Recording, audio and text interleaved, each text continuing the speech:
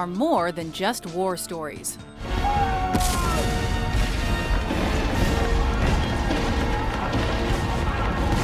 Welcome to WatchMojo.com, and today we're counting down our picks for the top 10 battles in history. As if by signal from the French admiral, the whole van, or at least 7 or 8 of the weathermost ships, opened a fire upon the Victory.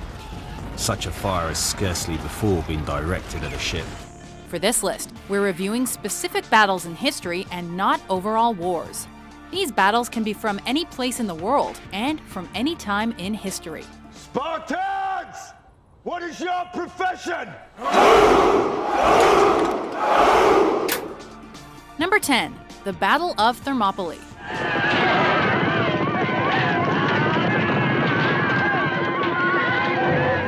Fought during the Second Persian invasion of Greece. This battle saw Spartan king Leonidas I lead fellow Greeks into battle against the forces of Persian king Xerxes. This is where we hold them!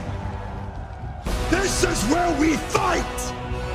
This is where they die! Choosing to guard a small gap through which their opponents could reach Greece, Leonidas realized his forces were outmatched, with about 7,000 waiting to face a group of possibly 100,000 Persians. Today, no Spartan dies!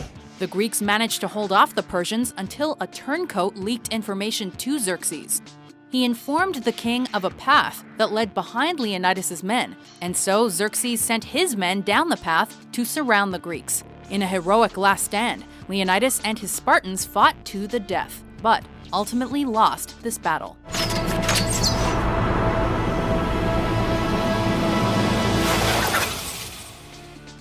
Number 9. The Battle of Tours-Poitiers.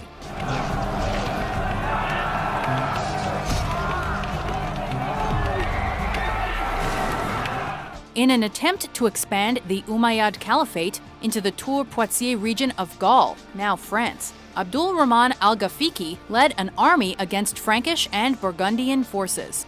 Since al-Ghafiqi thought he was facing unorganized barbarian groups, he was not expecting a formidable resistance from Frankish Prince Charles the Hammer Martel. Al-Ghafiqi was subsequently killed in the battle, which turned out to be a decisive victory not only for the Franks, but for Christianity in Europe. In fact, many historians believe that had the battle gone the other way, Islam would be the dominant religion on that continent. Number 8. The Tet Offensive. Nobody knows what the hell is going on, but you can tell it's something different, that it wasn't isolated. All these places getting hit at exactly the same time. You just sit there and listen, and it's like listening to a radio program, except that it's reality. On January 30th, 1968, the North Vietnamese and Viet Cong launched the Tet Offensive against the South Vietnamese and U.S. militaries. The day the first attack took place was a significant one, as it was the Vietnamese New Year known as Tet. These highly coordinated attacks saw more than 100 cities and villages attacked by the communist northern forces, surprising the South and their allies. This incident was a turning point in the Vietnam conflict, as it precipitated a shift in U.S. public opinion against the war. While the U.S. and South Vietnamese eventually emerged tactically victorious, it was a political win for the North Vietnamese. To say that we are mired in stalemate seems the only realistic, if unsatisfactory, conclusion. But it is increasingly clear to this report that the only rational way out then will be to negotiate, not as victors, but as an honorable people who lived up to their pledge to defend democracy. Number 7. The Battle of Gettysburg. March!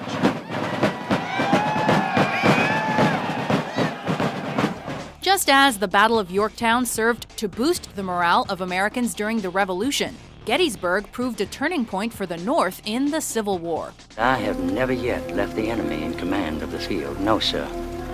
Retreat is no longer an option. Intent on invading the Union, Confederate General Robert E. Lee's Army of Northern Virginia surged north and squared off against Union Major General George Meade's Army of the Potomac in Gettysburg, Pennsylvania, between July 1st and 3rd, 1863. While the Confederates initially had the upper hand, they were quickly beaten back. And within these 3 days, this became one of, if not the, bloodiest battle of the entire war.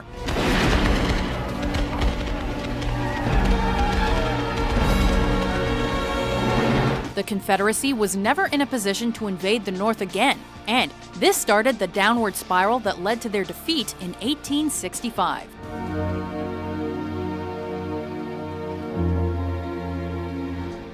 Number 6. The Battle of Trafalgar. There was the fire from above, the fire from below, besides the fire from the deck I was upon. The guns recoiling with violence, reports louder than thunder, the decks heaving and the sides straining. I fancied myself in the infernal regions where every man appeared a devil. British Vice Admiral Horatio Nelson went head-to-head with Napoleonic France and Spain at Cape Trafalgar, Spain on October 21, 1805. With the Brits' 33 ships facing a combined force of 41 ships, the Royal Navy proved their supremacy by taking down 22 of their opponents' ships without losing one of their own. However, the British did lose roughly 500 seamen, including Lord Nelson, who was killed by a French musketeer. The French and Spanish were left with a total of over 3,000 dead and 8,000 imprisoned, 3,000 of whom tragically drowned during a storm after the battle concluded. This was a decisive British victory during the Napoleonic Wars. Nelson toured the HMS Victory before Trafalgar. Yes, but Nelson never returned from Trafalgar, did he? No, but the battle was won. Number 5. The Battle of Cajamarca. Atahualpa is the bastard. He is the son of the sun. He needs no wedded mother. He is God. Inca Emperor Atahualpa agreed to receive Spanish conquistador Francisco Pizarro at the city of Cajamarca on November 16, 1532. The conquistador arrived to an abandoned city and set a trap with his 106 infantry and 62 cavalrymen, who were armed with 12 firearms, 4 cannons, and a lot of swords.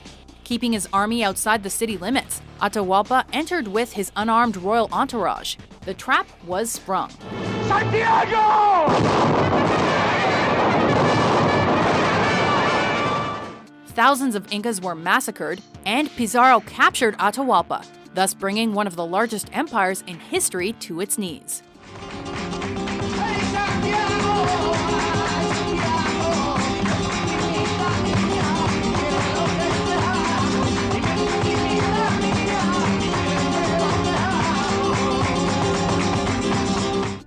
Number 4. The Battle of Waterloo. Car je ne m'arrêterai qu'après avoir reconquis le continent qui est légitimement le nôtre. Napoleon returned to power in March 1815, and in response, European powers formed the Seventh Coalition to oppose him. Fearful of an invasion of France, Napoleon preemptively struck at Waterloo in the Netherlands, now part of Belgium, on June 18, 1815. Napoleon's French forces numbered 73,000, whereas the coalition had 118,000 men, with forces drawn from the Netherlands, UK, Prussia, Hanover, Nassau, and Brunswick. Napoleon suffered a devastating loss, with 1/3 of his army killed. This was Napoleon's final campaign, and he was forced into exile, ending his reign as emperor. Et puis, seul le bon Dieu le sait.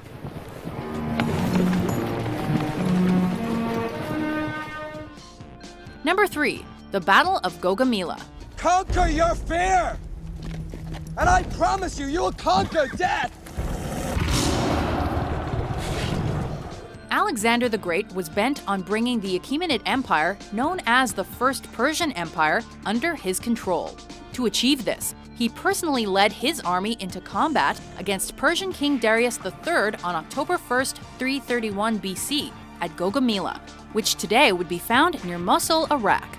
Alexander led a Greek army of roughly 50,000 into battle against a Persian army likely more than double its size, and emerged victorious due to carefully coordinated tactics.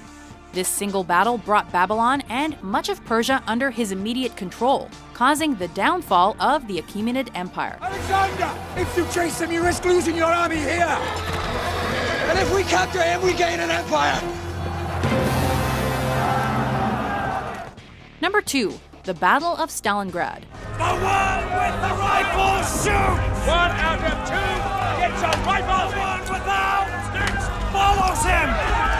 When the one with the rifle gets killed, the one who is following picks up the rifle and shoots! Nazi Germany invaded Western Russia and came to a standstill at Stalingrad, now Volgograd.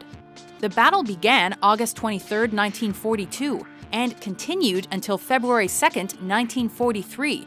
And during that time, the Nazis fought Soviet forces throughout the city and targeted civilians. Germany met with early successes, but was ill-equipped for a Russian winter and lacked sufficient rations. The Soviets saw this and pushed the Nazis back, and this became a turning point for the Allies. Potentially the bloodiest battle in history, the Soviets themselves suffered more than 1 million casualties, according to records, but they decisively won the encounter. It is an unforgettable day of hope for our motherland, for the people of the Soviet Union, and for all the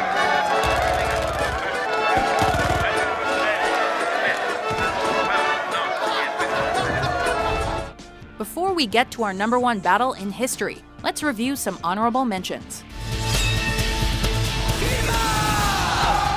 There were approximately 60,000 British casualties at the end of the first day. We're talking about 40,000 wounded in these trenches, another 20,000 dead.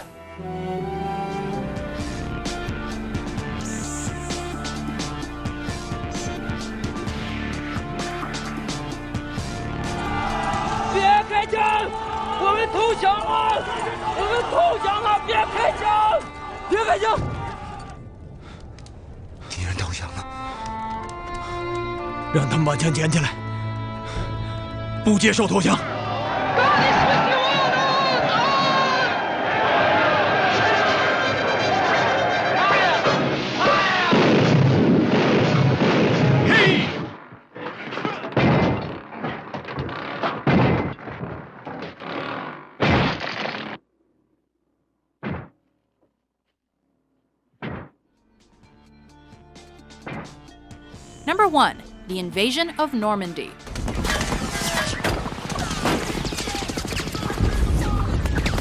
On June 6, 1944, the Allies overwhelmed Nazi forces in occupied France by storming the beaches of Normandy by sea and parachuting men behind enemy lines, in an event now referred to as D-Day.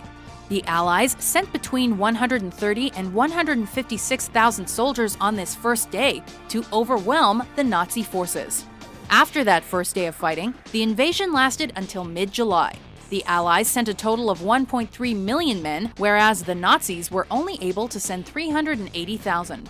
In what is still the largest invasion by sea ever, the Allies pushed the Nazis back eastward and thus began the crushing defeat of Germany.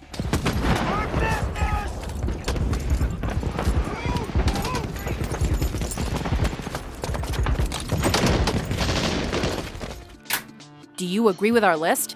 What historical battles do you think are the most significant? For more excellent top 10s published every day, be sure to subscribe to WatchMojo.com.